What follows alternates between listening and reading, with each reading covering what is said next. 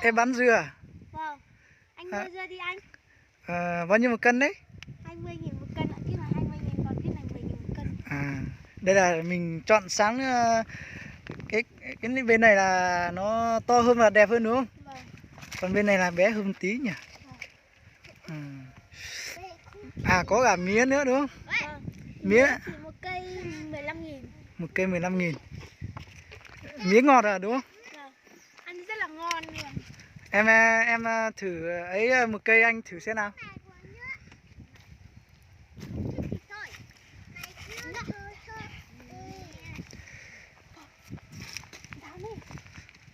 Đâu lấy dao đi. Ôi lạnh thế này mà ra đây ngồi đường này không mặc áo khoác bán thế này không lạnh à? Ừ.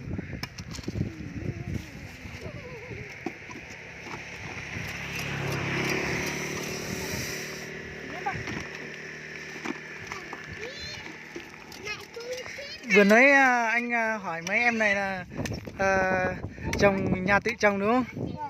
Mình trồng ở tít dưới này à? Ở dưới kia ấy. Ừ. Em năm nay bao nhiêu tuổi rồi? Em 17 tuổi rồi. 17 tuổi, đang học cấp 3 nhỉ?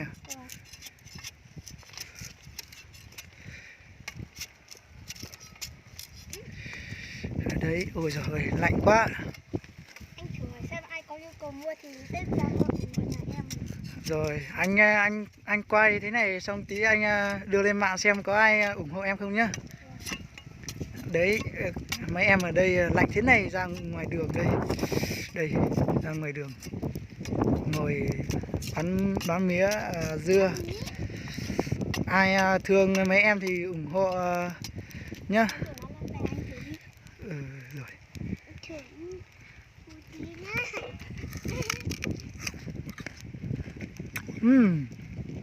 Mía ngon lắm. Một cây là 15.000, cũng không phải là quá đắt đâu. Đây cho các bác xem này.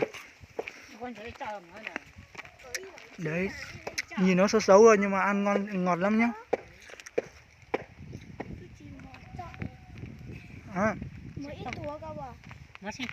Dưới to cái à? Dưới to khách là dưới to thì còn xong nhăn chẳng. Là lạc à?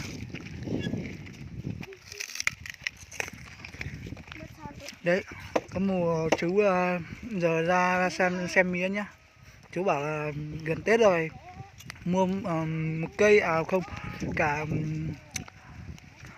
một gốc về ăn Tết. Đấy mấy em đưa chú đi xem. Mía này mía ngọt nhá.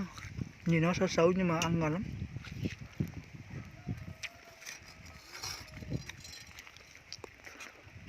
Đây là thôn Na Lốc 3 đúng không em? Vâng. Em có số điện thoại hay là Zalo Facebook gì không? Facebook của em là Diệu Linh. Diệu Linh. Rồi. Số điện thoại là không có à? Em không có.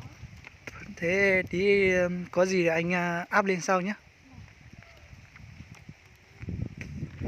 Rồi ai qua đường thì ủng hộ em cân dưa cây mía để có tiền ăn Tết nhá.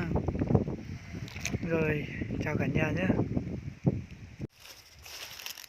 Đấy, chú này vừa ra hỏi lấy mía nhá. Chú bảo là 28 Tết là ra chặt mía nhá. Đây, vườn mía đây. Cũng ít thôi nhưng mà anh em kiểu chia sẻ nhau thôi. Vừa bán vừa cho thôi. Ai muốn mua mía ăn Tết thì mua vài cây ủng hộ em nhé. Đây, mía ngọt. Đấy, chú vừa ra hỏi. Các bác lấy một cây thì em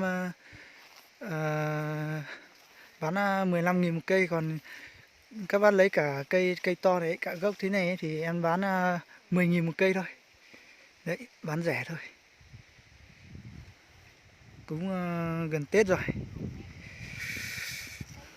Đấy, ai muốn mua mía thì inbox nhá. Em ơi, mình đang về đâu?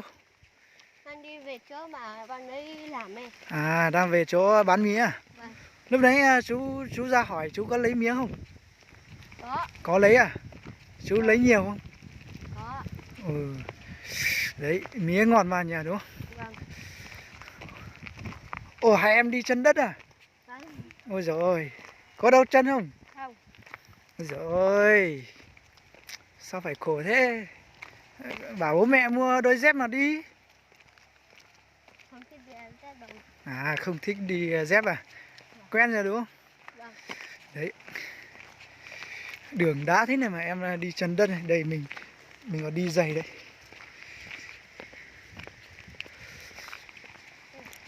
Hai em có người yêu chưa? Dạ. Chưa có người yêu.